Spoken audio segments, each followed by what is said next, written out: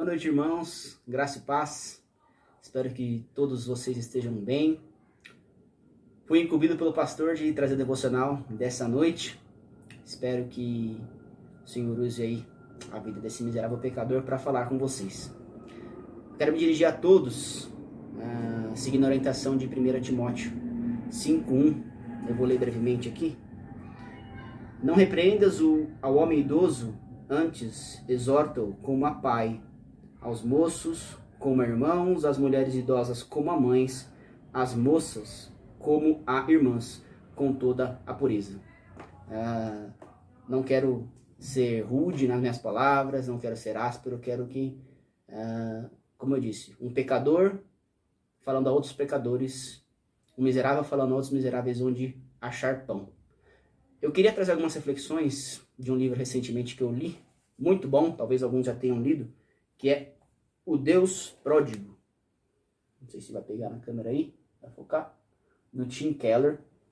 É um livro muito bom, e até ele coloca aqui uma análise completa da história mais importante que Jesus contou. Uma parábola cheia de detalhes que tem muitas lições para a gente aprender e às vezes a maioria de nós ignora. Digamos assim que o cerne da questão que Jesus está abordando nessa parábola. A gente foca só, por exemplo, no filho mais novo que foi embora, sendo que o homem tinha 2 filhos, não apenas um. E eu queria começar com uma pergunta de o que nós entendemos por cristianismo e como nós proclamamos esse cristianismo às pessoas de fora. Será que a gente consegue ser bíblico, consegue ser, ali, ortodoxo no sentido correto da palavra, e ao mesmo tempo mostrar a misericórdia inesgotável que a Bíblia nos mostra?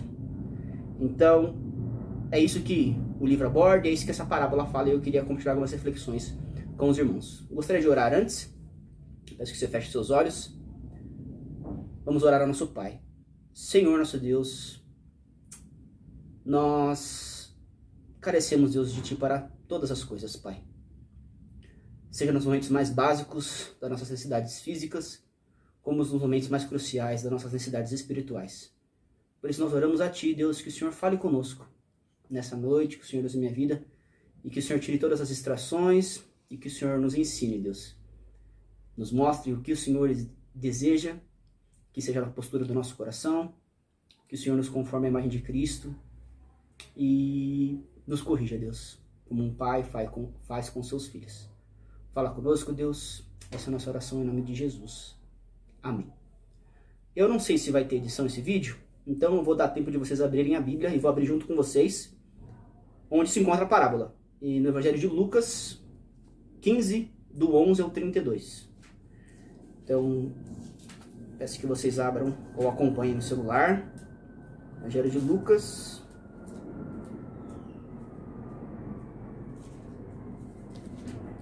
15 a 32. Jesus contou uma série de parábolas, uma atrás da outra aqui, pelo menos foi registrada dessa forma, né? E a parábola do filho pródigo, ela é bem semelhante às outras.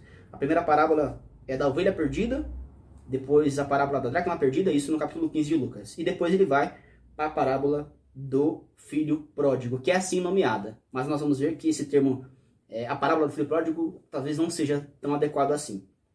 Então vamos ler Lucas 15, 11 a 32. Continuou Jesus dizendo, né? Certo homem tinha 2 filhos. O mais moço deles disse ao pai: Pai, dá-me a parte dos bens que me cabe. E ele lhes repartiu os haveres. Passado não muitos dias, o filho mais moço, ajuntando tudo que era seu, partiu para uma terra distante e lá dissipou todos os seus bens, vivendo dissolutamente. Depois de ter consumido tudo, sobreveio àquele país uma grande fome, e ele começou a passar necessidade. Então ele foi e se agregou a um dos cidadãos daquela terra, e este o mandou para os seus campos, a guardar porcos. Ali desejava ele fartar-se das alfarrobas que os porcos comiam, mas ninguém lhe dava nada. Então, caindo em si, disse: Quantos trabalhadores de meu pai têm pão com fartura, e eu aqui, morto de fome? Levantar-me-ei e irei ter com meu pai, e lhe direi: Pai, pequei contra o céu e contra ti. Já não sou digno de ser chamado teu filho. Trata-me como um dos seus trabalhadores. Levantando-se foi para o seu pai. Vinha ele ainda longe quando seu pai o avistou, e compadecido dele, correndo, o abraçou e beijou. E o filho lhe disse: Pai, pequei contra o céu e diante de ti. Já não sou digno de ser chamado teu filho. O pai, porém, disse aos seus servos: Trazei depressa a melhor roupa, vestiu, ponde-lhe um anel no dedo e sandálias nos pés. Trazei também e matai o novilho cevado. Comamos e regozijamo-nos, porque este meu filho estava morto e reviveu, estava perdido e foi achado. E começaram a regozijar-se.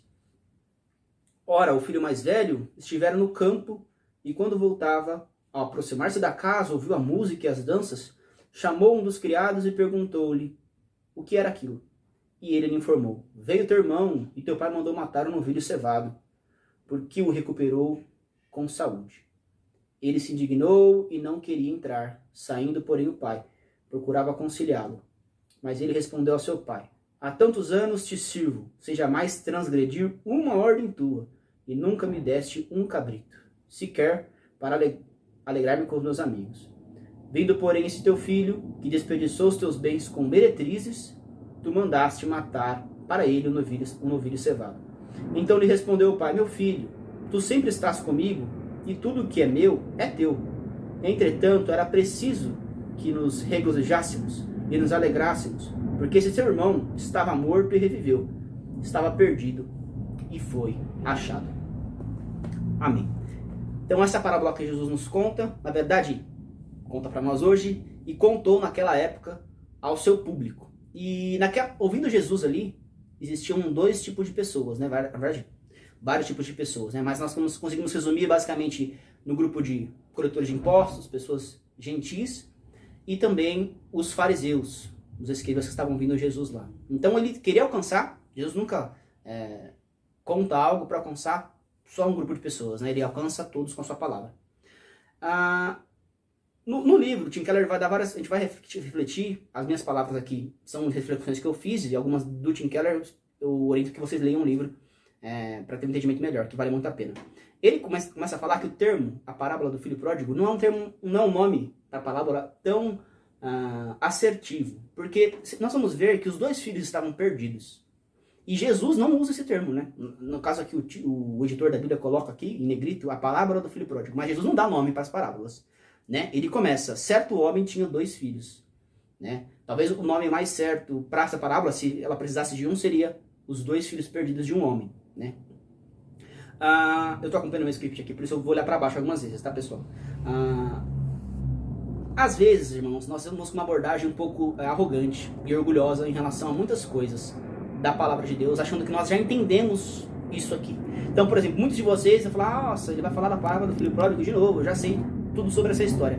E essa alegação de eu já sei tudo sobre essa história só mostra que nós não sabemos nada, entendeu? Nós não compreendemos tudo, entendeu? Porque nós vamos passar a vida inteira aqui, na verdade, o tanto de anos que Deus der para cada um, e nós vamos compreender ainda a profundidade e toda a complexidade da palavra de Deus que Ele tem para nós. Então peço com você, para os irmãos, paciência comigo. Não tenho muita experiência em fazer isso aqui, a Raquel está me ajudando filmando, e espero que o Espírito Santo possa falar com cada um de nós aqui nesse momento.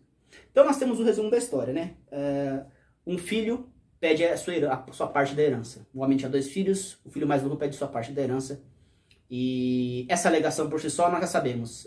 Se você já conhece essa história, você sabe que o filho pedir a parte da herança para um pai ainda vivo é a mesma coisa que ele desejar que o pai dele tivesse morrido, né? O pai atende, por surpresa nossa, o desejo do filho, e esse gasta seus bens com meretrizes, algumas tradições com prostitutas, ou seja, ele gasta de maneira inútil toda a parte dele da herança. Ele tinha, naquela época, o filho mais velho tinha porção dobrada, né? O filho mais velho recebia uma herança maior que o mais novo, mas mesmo assim ele recebeu 1/3 do que o pai tinha e gastou de forma totalmente extravagante, no sentido de inútil, com coisas inúteis. O termo pródigo, o significado, às vezes, pelo menos eu tinha esse entendimento, seria de o filho, sei lá, desobediente, alguma coisa nesse sentido, o significado da palavra pródigo. Mas se você for no dicionário e ver, o significado de pródigo significa extravagante, aquele que esbanja. E é engraçado que no próprio livro, né, do Tim Keller, ele dá o nome de o Deus pródigo, né? Então poderia ser uma coisa ruim, o significado da palavra pródigo. E o certo sentido, o Deus pródigo é o Deus extravagante, o Deus que esbanja. E o filho pródigo da mesma forma, só que Deus, graças a Deus para conosco, ele é um Deus extravagante, um Deus que esbanja a sua bondade, a sua graça. E o filho pródigo, ele acabou sendo extravagante da maneira equivocada. Nós temos várias analogias aqui, também conhecido dos irmãos, de que o pai simboliza o nosso Pai Celeste, né? Que nos acolhe nos momentos de arrependimento nosso verdadeiro, porque você percebe que em nenhum momento o pai mandou alguém atrás do filho. Embora Deus faça isso conosco, nessa parábola, e é interessante falar que isso aqui é uma parábola, não é uma coisa que exemplifica exatamente como é a nossa vida espiritual, ou como é o tratamento de Deus para conosco, né? Mas nesse caso aqui o pai não manda ninguém, né? E alguns estudiosos vão falar assim que era a função do irmão mais velho buscar o filho que se foi. Digamos assim, o pai já de idade, e até na postura dele de não poder deixar suas terras, era muito importante, né? Naquela cultura, você sempre ter quem manda na casa no lar, né? Se alguém, uma autoridade fosse lá, era recebida pelo pai, por exemplo. Então era a função do filho mais velho ir buscar o mais novo, e ele nem se preocupou com isso. Então nós temos o simbolismo de que o pai representa nosso Pai Celeste. Muitos de nós nos identificamos com o relato do filho mais novo, de anteriormente a nossa conversão, independente de você ter nascido na igreja, né? Todo mundo nasce no hospital, né? Mas independente de vir de berço evangélico, nós nos identificamos às vezes antes da conversão como nós fomos extravagantes em relação ao pecado, como o filho mais novo foi, mas nós temos sérias dificuldades em nos enxergar como o filho mais velho. Nós às vezes olhamos e falamos assim, tem muita gente na igreja que, nossa, é igualzinho esse filho mais velho, mas nós nunca nos colocamos no lugar do filho mais velho. E por incrível que pareça, irmãos, às vezes a nossa igreja está cheia de filhos mais velhos. Às vezes nós temos muito mais a ver com o coração do filho mais velho do que com o filho que está, entre aspas, no mundo, né? Então,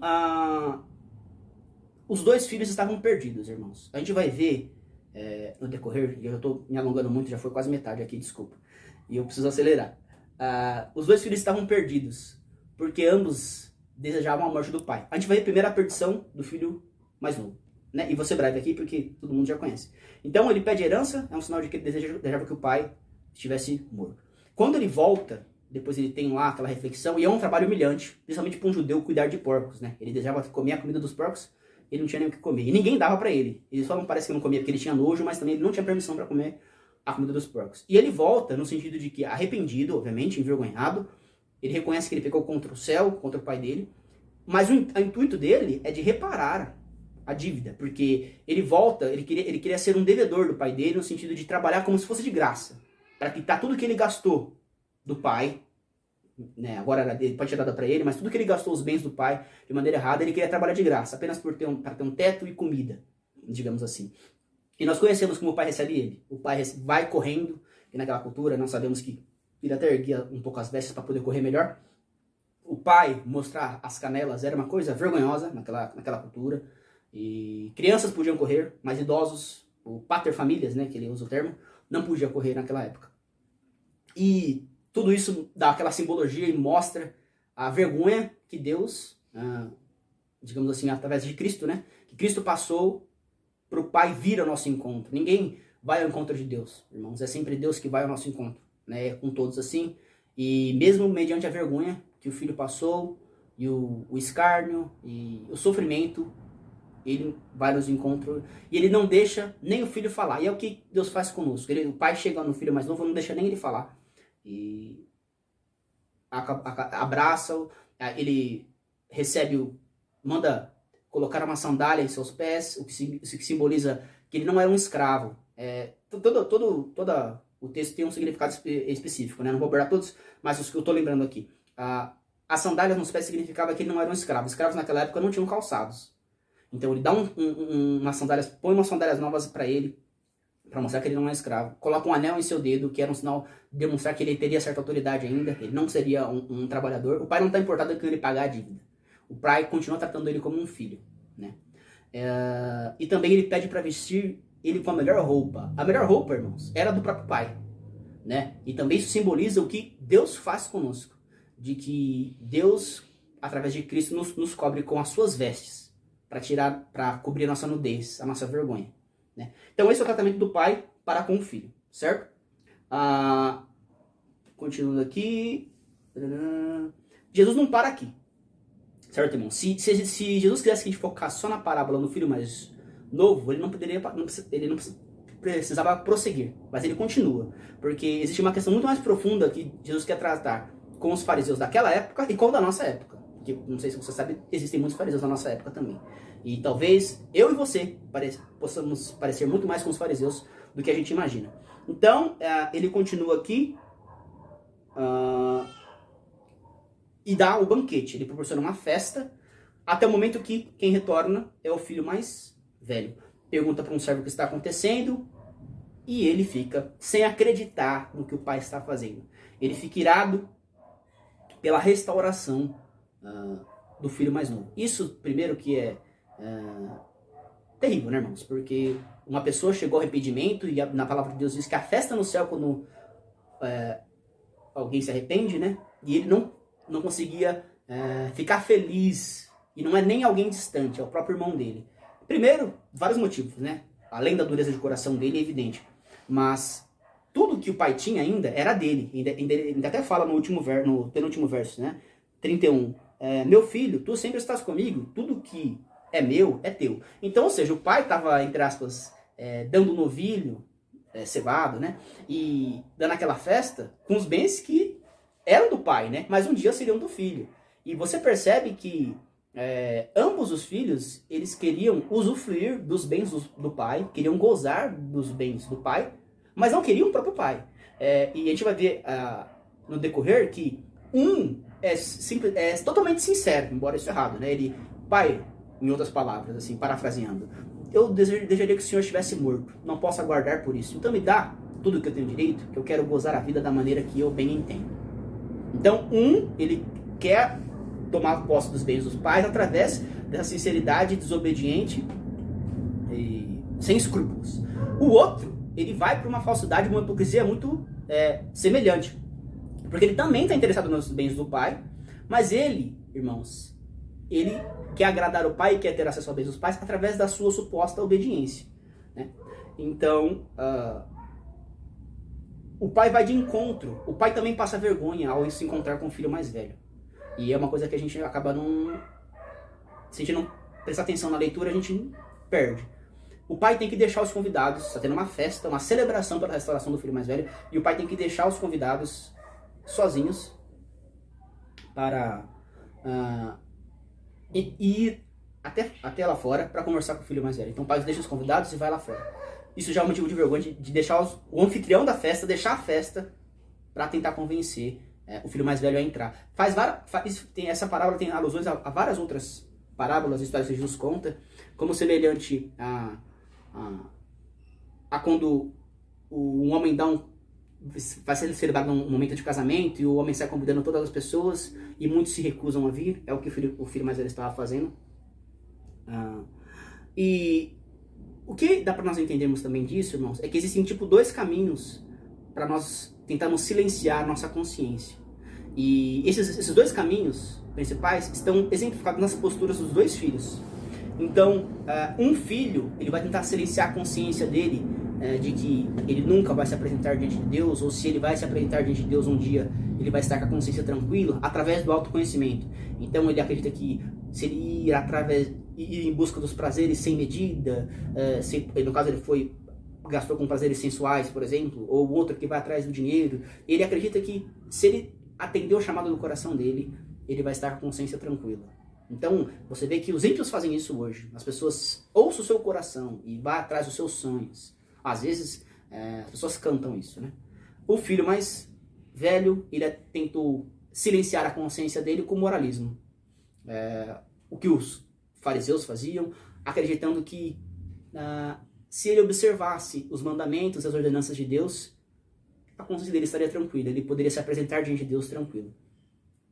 E a ironia, irmãos, é que nós percebemos que os dois filhos estão perdidos, mas um se afasta do pai por desobedecê-lo, e o outro se afasta do pai por obedecê-lo. Porque, por incrível que pareça, mesmo nós observamos todas as normas e os mandamentos de Deus, o que é impossível, né? E só Jesus fez isso com perfeição. O filho mais velho alega: em tudo eu te obedeci. E era o que os fariseus alegavam. Eles não alegavam que precisavam de um salvador porque eles acreditavam ser retos diante de Deus. Entendeu? E mesmo eles sabendo dos pecados deles e oferecendo sacrifícios, né? A postura deles, eles eram apoiados em sua justiça própria. Né? Então, é engraçado também que o fato do pai desse banquete, como eu disse, faz alusão a várias passagens da Bíblia, e existe um banquete em Apocalipse também.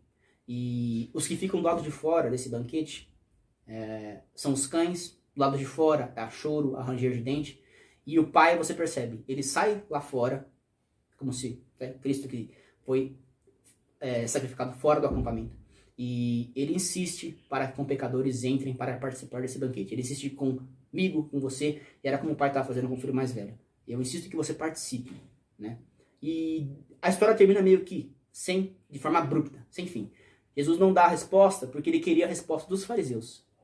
Ele queria que os fariseus respondessem se eles iam entrar para ceiar com ele ou se eles iam preferir ficar apoiados no orgulho, na justiça deles, né? Que não é suficiente. É trapo de imundícia.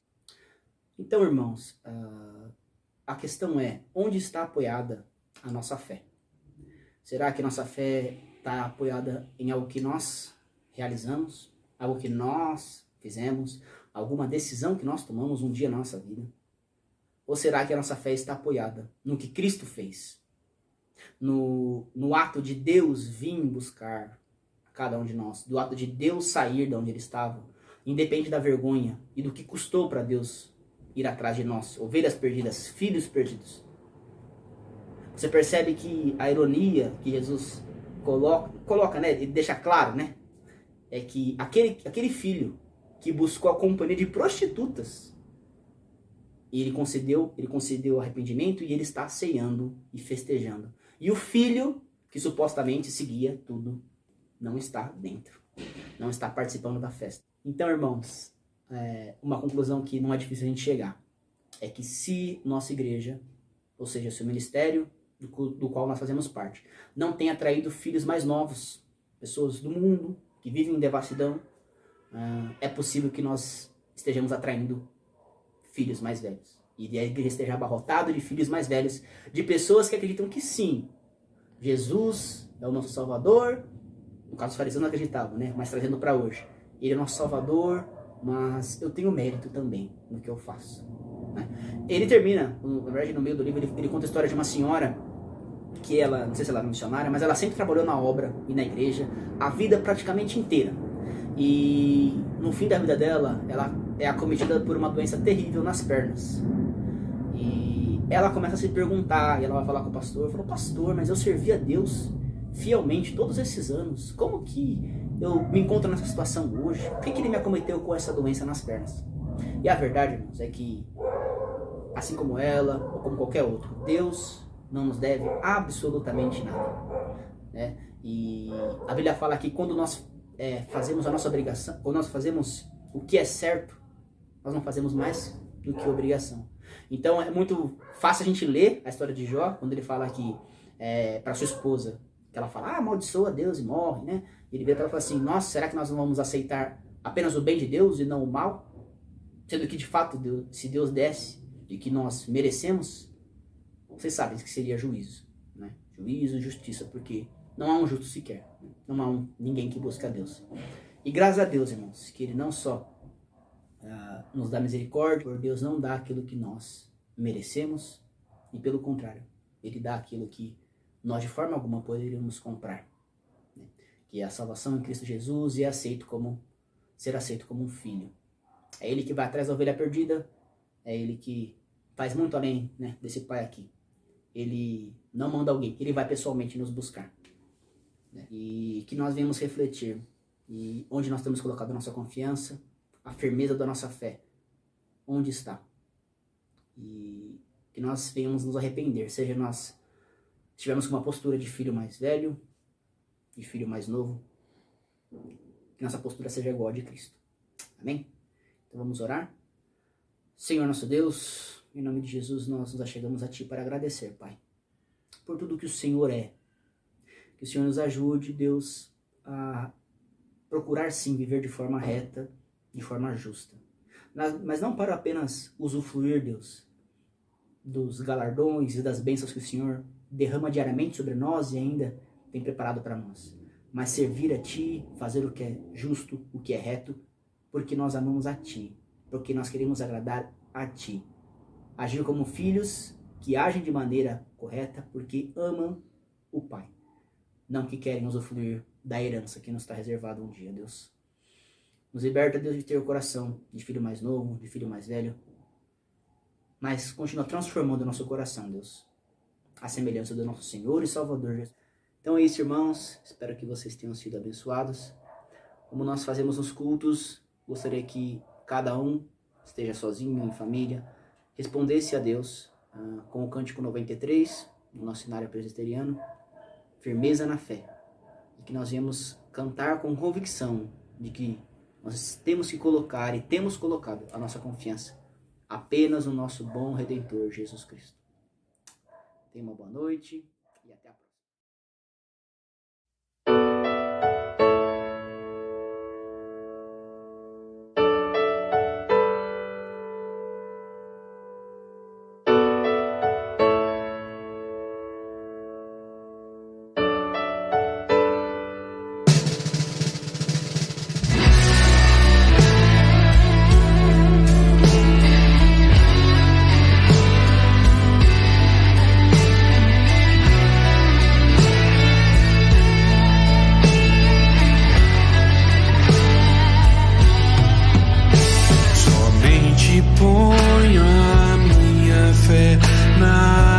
Excelsa de Jesus, no sacrifício remidor, no sangue do bom Redentor.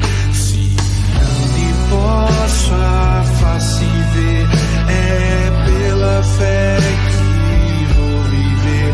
Em cada transe a suportar, eu hei de nele confiar. A minha fé e o meu amor estão firmados no Senhor, estão firmados no Senhor.